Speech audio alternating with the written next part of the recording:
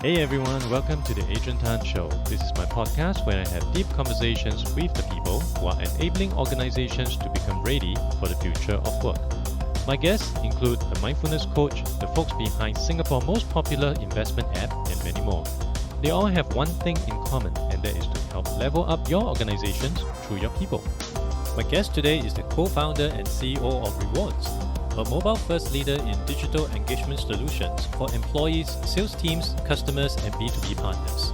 Headquartered in Singapore, Rewardz is among the largest players and experts in digital engagement and incentives across Asia.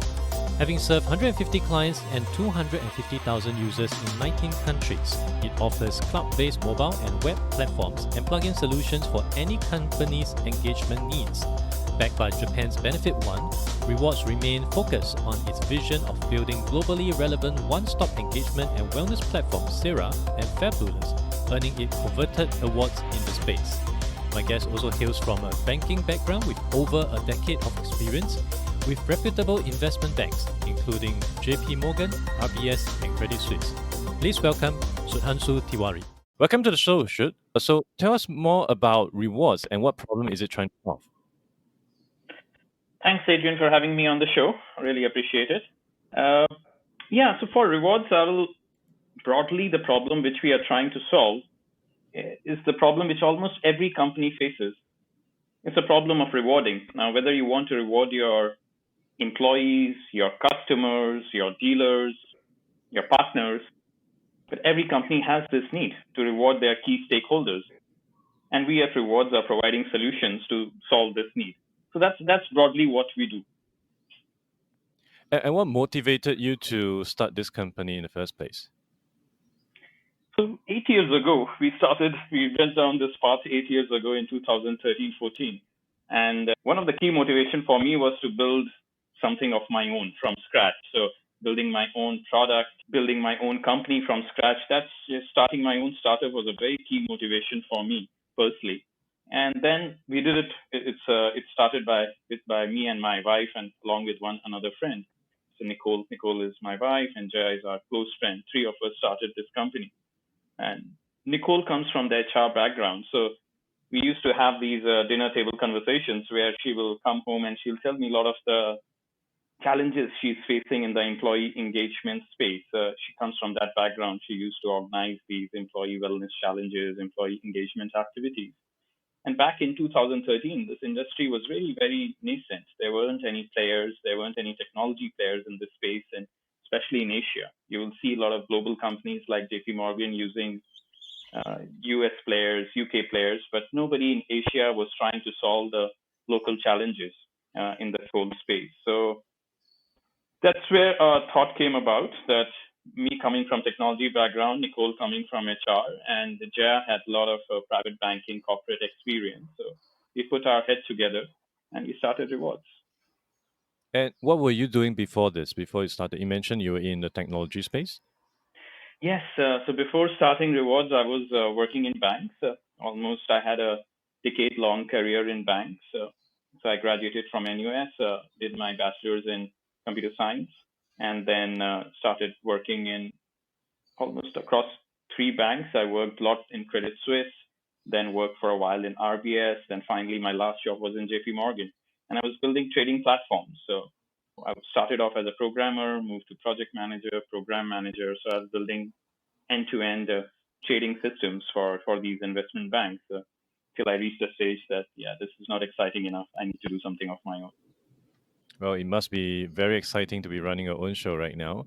And Exactly. given that there's quite a number of competition out there, I'd like to get a better understanding of who they are, and importantly, what is your unfair advantage?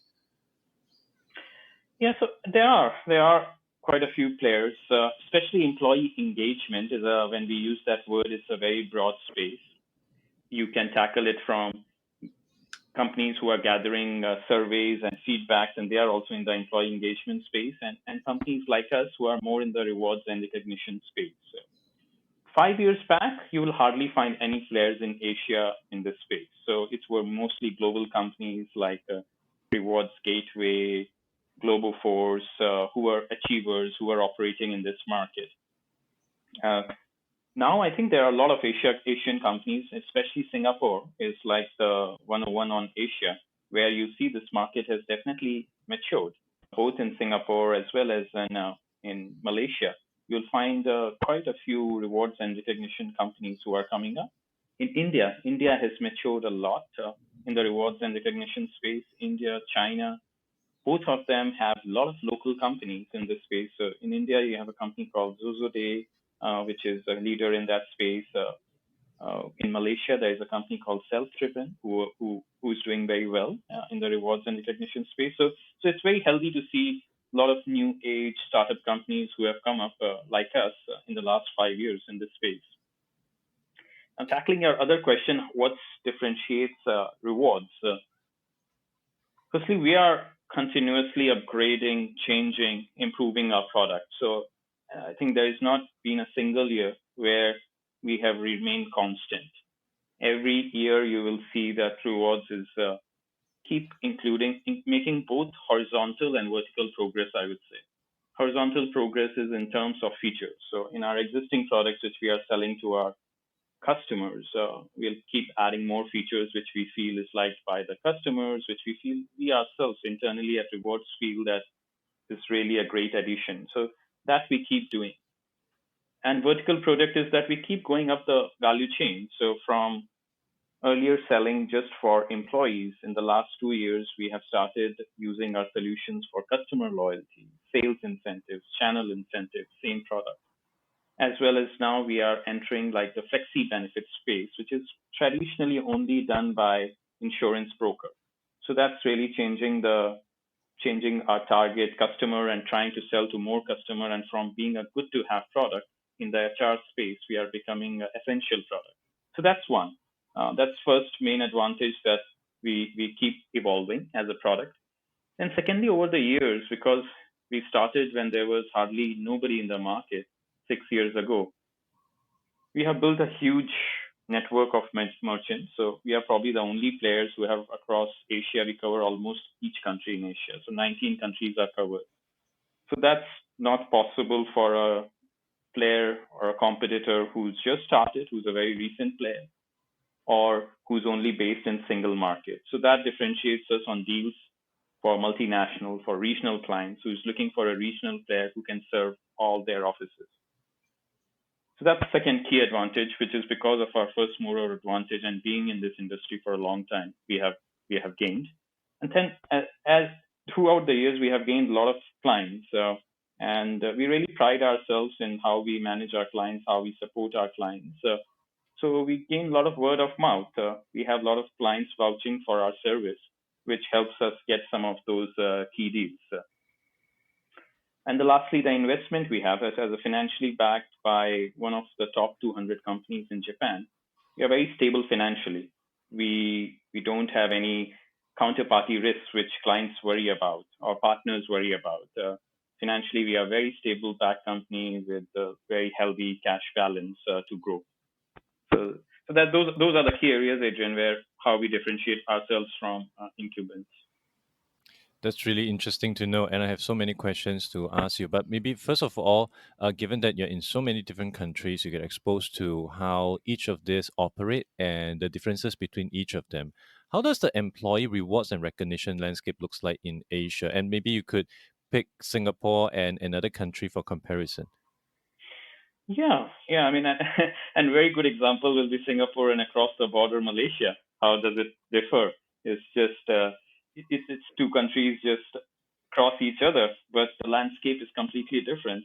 And it's amazing how the whole landscape is so advanced in Singapore.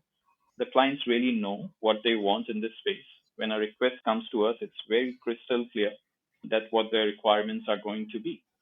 And that's probably because Singapore is the headquarters of a lot of global companies and regional companies. So whether either the CHRO or a sales head is very well aware of the global trends, looking at their global offices, or sometimes it's a global employee, a senior MD who moves to Asia and sets up the Asia office. So he's very, very familiar what the global trends are. And then he's familiar with the players in this space globally, and he's looking for similar service in Asia. So in Singapore, we see very mature players operating, both the global players and the local players. And the rewards and recognitions offering is almost reaching equivalent to US, UK, Australia, where this whole industry is very, very mature. I would say, I think in 2-3 years' time, this will be a very mature market as those markets. Whereas in Malaysia, just as soon as we went there, I think some of the products which we were selling there 2 years ago, in Malaysia, they are still considered very new. Something like flexi benefits, which insurance brokers have been selling here for the last 20 years, is not there in Malaysia. Even your top 5% companies do not have flexi benefits platform, which is a platform which is one step ahead of us. First, you probably have a flexi benefits platform, and then you'll have a day-to-day spot recognition platform, which we sell. So there we had to change our offering. We started, okay, there's a huge potential for flexible benefits, and that's why we upgraded our platform to include flexi benefits offering and started offering in Malaysia. So I would say Malaysia will take some more time to mature and reach that stage, but it's a huge market. Like when we look at the employee strength in Singapore, because it's a headquarter market, but you don't see those many employees, but the numbers are like 500 to 2,000, whereas in Malaysia, any company you go, the employee strength is huge. So there are pros and cons. But for us, Singapore market is very key and very crucial, because what it ends up happening for a B2B company like us here is that we can meet the key stakeholder. We can meet the senior people because it's the headquarter, and sitting here, they can just roll out regionally. So that has helped us a lot. And I think it's a unique selling point for Singapore for a lot of B2B software as a service companies like us. And in its current iteration, who would you define as the ideal target user or companies to consider rewards? So as a user, we sell to HR, your CHROs, comp and ben specialists, employee engagement specialists. So that's for the employee engagement side. But we also have a product for customer loyalty, and there we go to the marketing heads, people managing channel marketing, direct B2B2C is our offering there, where we sell to companies who use our product for directly to their customers. So we will sell to marketing, channel marketing heads, and then the dealer incentives. Like these are for resellers, for your partners who are selling your products. So for that, we talk to distributors, sales heads, people managing channel partners. So those kind of directors in the company, sales directors, channel engagement leads, we will sell to them. Our charging is mainly based on subscription. So we'll have one-time setup to set up our platform. That's minimal, and then it's based on subscription or usage. So people buy points with us, and if there's like it's for customer loyalty and you're buying a huge points budget, it's based on points usage, mostly a transaction based. Otherwise, it's per person per month, for especially in the dealer incentives and employee engagement space. And given that we are currently in the midst of a pandemic, I'm very certain it has affected your business as well as your clients who has been using rewards. Tell us more about that. Firstly, let's focus on your business. How has the pandemic been treating you in your business? Yeah, I mean, we were quite, as with a lot of other businesses, we were quite concerned in the beginning when the phase 1 lockdown started, that how will this affect? But actually, strangely, we haven't been affected. We are able to meet our targets, which we set at the start of the year. At January, what we set ourselves our targets, we are looking very good for on those targets this year as well. So overall, we haven't been affected that much. And once we analyzed it, we knew what the reason is. So I think this pandemic has been a bit of a strange phenomena that some businesses have really badly been affected. If you are in the tourism and the hotel industry, of course, you're very, very badly affected. But other businesses are really booming. So your e-commerce, pharma companies into the B2C companies, they are really booming in this space. So overall, net, since we are in the B2B space, we are still getting a lot of requests for customer loyalty. That's a booming business for us. Companies worried about the employee wellness. So employee rewards and recognition budget have gone down slightly in some cases where employee companies who are very budget conscious, they are cutting down on it, but they are equally worried about the employee wellness. In fact, a lot of companies are concerned about the employee wellness, and our offering in that space is seeing a lot of traction. So net, we are actually still aiming for 200% growth, and that's what we said at the start of the year. That's great to Also, know. And yeah, wellness is definitely a word that has been popping up in many of my conversation. Perhaps you could right. help the audience to understand more about your wellness offering. What exactly is it, and what how could companies look into using it? Right. And we did a lot of work and continue to do a lot of work. In fact, in the next 1 month, we are going to make a lot of changes, launch a new product in the mental wellness space. So what we have been doing so far is mainly help companies engage employees by organizing wellness challenges like steps challenge, weight loss challenge, and then rewarding people for it. The people who excel the goals there, rewarding them for that.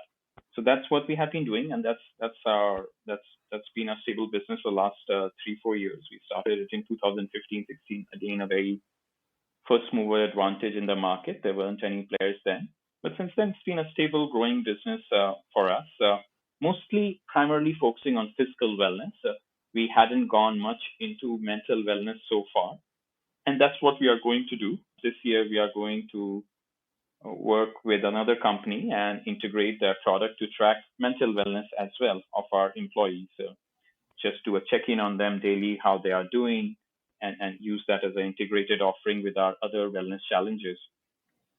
What we also did as the very early, as soon as the pandemic set in, we came up with this Stay Wow program. So we started organizing for all our clients online wellness classes, physical wellness, yoga, mental wellness classes, talks.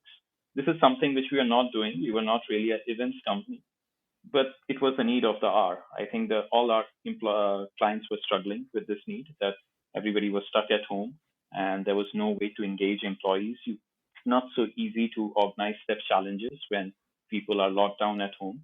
So within 2 weeks, we set up our network to launch this Stay Wow program where companies can subscribe with us and get access to very, very curated, well curated wellness classes. So that's how we have been dealing and offering and keep changing our offering in this pandemic space for our clients. And given that you're in the B2B SaaS space, it must be quite interesting for you to have gone from where you were until today. Could you share with us some of your insights as well as the challenge in your B2B SaaS experience, especially selling to an audience in the HR department primarily? Because based on my interaction and my understanding, HR typically would not get the bulk of budget when it comes to expenses, and trying to get them to spend anything beyond a placement fee can often be very challenging. What's your thought on that?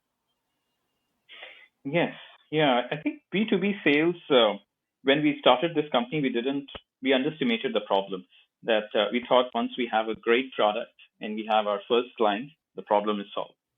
But it doesn't work like that. I think every company has its own unique challenges. Even though you're selling the same product, you may have to accommodate the different requests, different company cultures, how they are running their current programs. So all this we completely underestimated, that how difficult it is to replicate what you have learned from one company to the next company. So that was one big learning for us. So I'll tell you a funny story that when I started and we got our first big client, it was NUHS. It's a hospital. It's a 7,000 people company, and we got them as our first client after struggling for 3-4 months. Really young startups had just launched their product, or the product was probably not even launched, just going to launch. And we managed to get this company, NUHS. We were just there at the right time. They were looking for an employee perk solution, and we were at the right time at the right place. And there weren't any players doing that. And we were very happy. We thought, like, this is it. We have got the best deal. Now we will implement NUHS, and then all other hospitals will start calling. Then we can replicate it to other big organizations of the same size. But after we launched and we slogged for 3 months, launched the program, everything went well. Client was very happy, but the phones didn't ring. Nobody called us after that. We again have to start from scratch. Started understanding what we do well, calling, pitching, improving our SEO, SEM. So it does take a lot of time, and I think you have to hire a lot of good salespeople for B2B sales. You can't rely just on the product, which is a very key mistake, very simple mistake, which a lot of first-time entrepreneurs do. That they rely too much on the product. That product will sell itself. It doesn't happen. You have to focus on sales, your sales strategy, investing in the right salesperson. And I say right salesperson because maybe you may hire a very good salesperson, but he's good at selling cars, not your own product. Your product could be much more sophisticated than a car. So a car salesperson won't fit in. So you need to hire a very good salesperson who is a right fit for a product, understands your sales strategy, understands your product as a founder does, and then go ahead and sell it. For a lot of founders, it is very difficult to sell, especially if you're coming from a product background and you're just so passionate about your own product. You're just so passionate that sometimes you just can't see it from the client side. And all these learnings, I mean, we have learned over the years, seeing how our sales team, our best salesperson perform, we learn from them. So yeah, I mean, I hope these cover some of the challenges. I think I can go on and on this topic. And earlier on, you also mentioned about the investment that you have received, and I understand that you actually got in strategic investor compared to VC. So could you help us to understand how does that work? What exactly do you mean by strategic investor, and how is it different from working with or getting investment from a VC per se?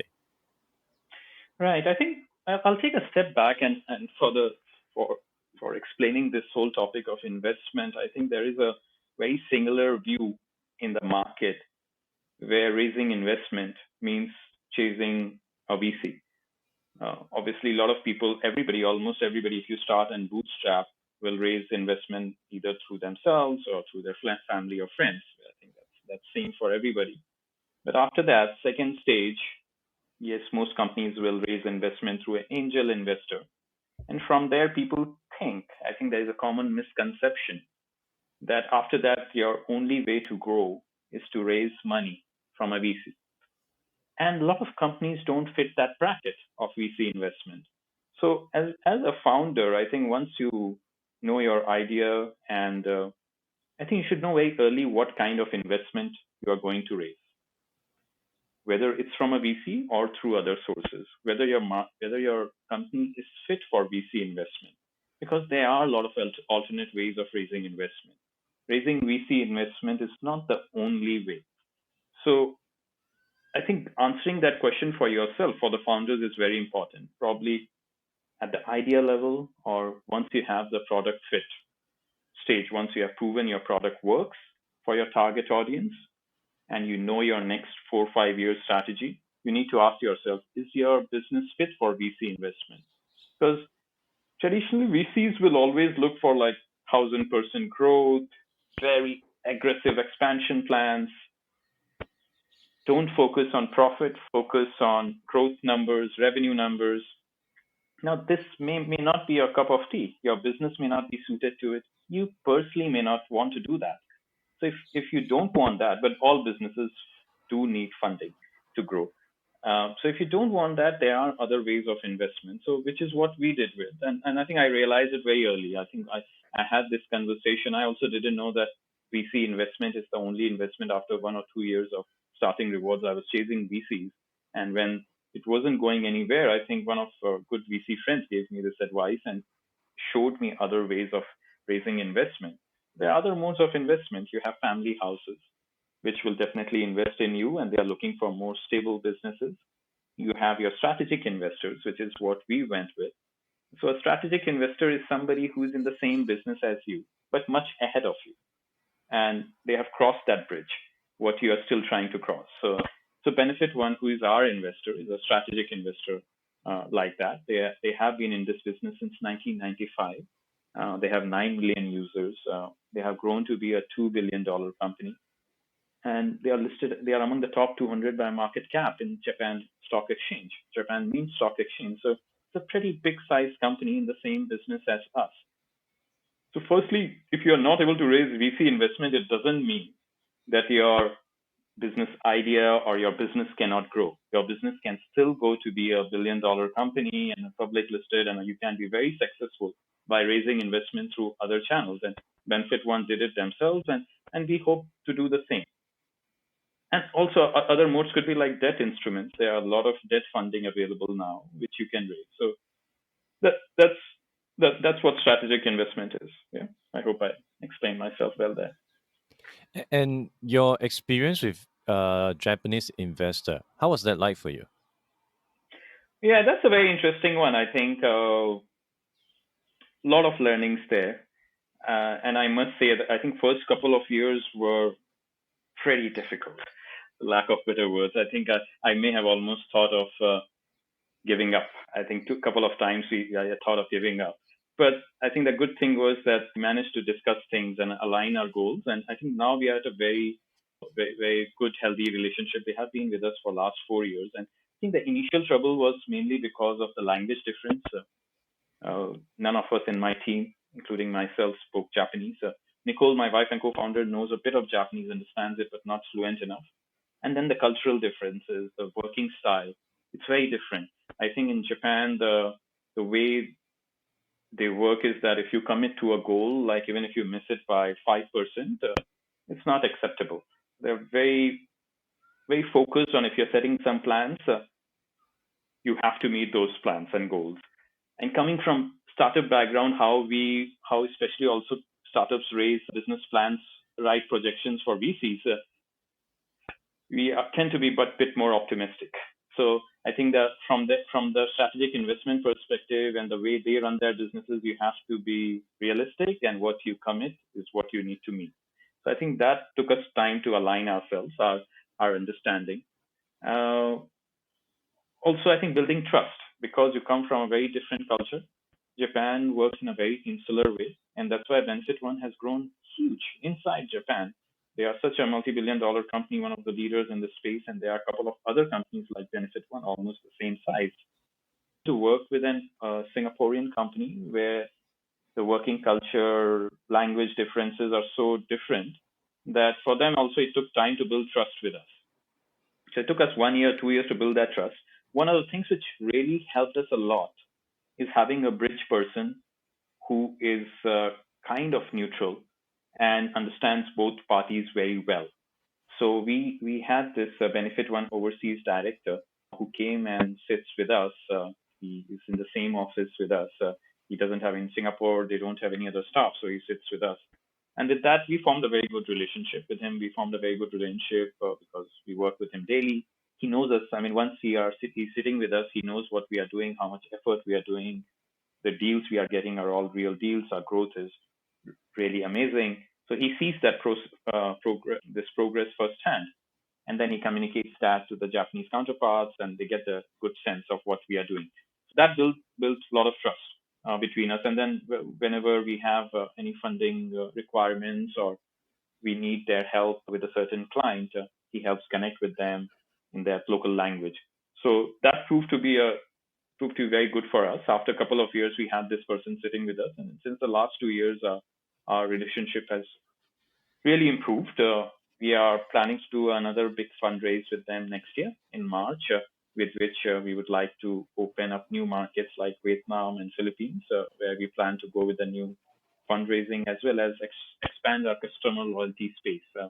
We are more in the employee engagement, but we want to expand our presence and product in the customer loyalty space. So we will use that with that next round of funding. And hopefully in 3 years' time, we'll go to IPO with them. Fantastic. So for any company that might currently be considering getting investment from a Japanese company, if they were to come to you for an advice, what would be the key takeaway you're going to share with them? Respect the culture. I think you can't, with the Japanese, you have to understand their culture and try to gel with it. Like I personally took a lot of Japanese lessons. I'm still taking them. In the last 2 years, apart from this Benefit One overseas director who knows Japanese, we have hired 2 more staff who understand Japanese. So the same like with these staff and myself also appreciating the culture. It's very important for founders to do that they feel that they can be trusted. So So we did that. So I really suggest that as an advice, that try to appreciate their culture, whether it's even the food, language, whichever way you can show that, to build that trust between the two, which is very, very important.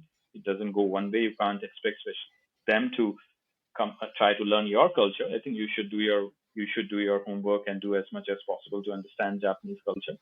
And the second is, find this bridge person. If you can find a bridge person to act as a mediator between you and your counterpart, that your investor, that will really help.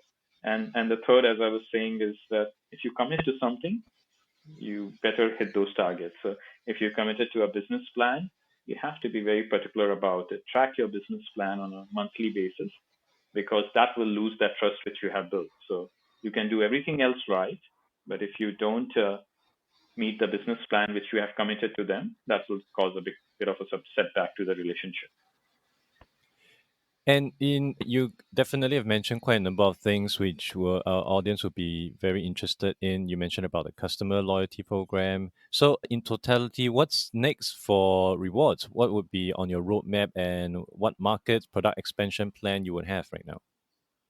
Yeah, so next year we are definitely looking at going into new markets with a new fresh injection of funds. So Vietnam is looking very good for us. So we plan to launch in that market. We have had a lot of incoming leads from that market.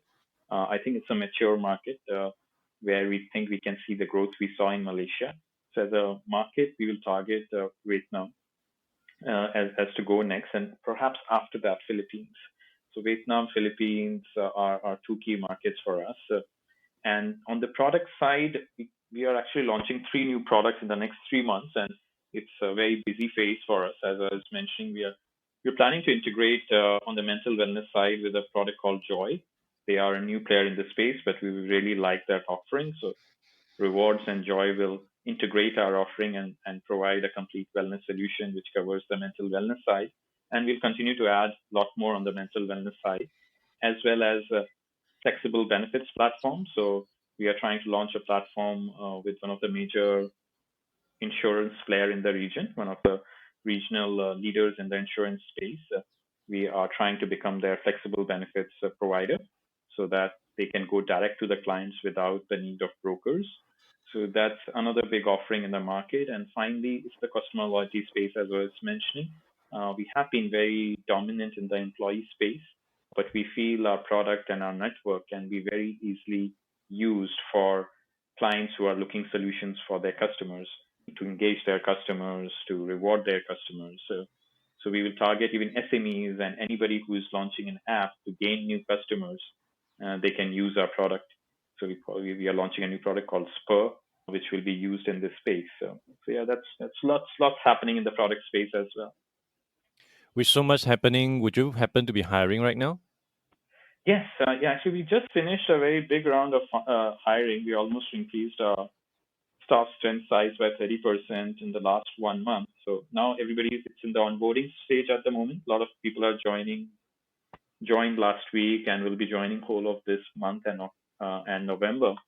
And then we'll probably let them settle down for next, it's end of the year also. So we'll probably settle down for the next 2-3 months, and then with the March, April time, we may start hiring again for new markets and these new product launches. And for people who's interested to find out more about Rewardz, where can they go to? Or you can check out our site, rewardz.sg. I think it has most of the information, and we are regularly updating it. It's quite up to date. As well as check out my LinkedIn page. I do drop regular updates about what we are doing, where we are participating on my LinkedIn. Thank you so much, sir. Thanks for your time today. Lovely having conversation with you. And I hope the audience will find it interesting as well. And I'll be sharing all the stuff that Sud has shared in the show notes so that you can find out more. Once again, thank you for your time today. Thanks a lot, Adrian. Appreciate it. Thank you for listening to the podcast. You can refer to the show notes for links to more information about our guests and their businesses. If you enjoy this podcast, it will be helpful to give a review on iTunes or follow me on Spotify. If you're using Overcast, please hit the star button under the episode. That will help get this podcast and the episodes out to more people who may find it useful. I will see you in the next episode of The Adrian Tan Show.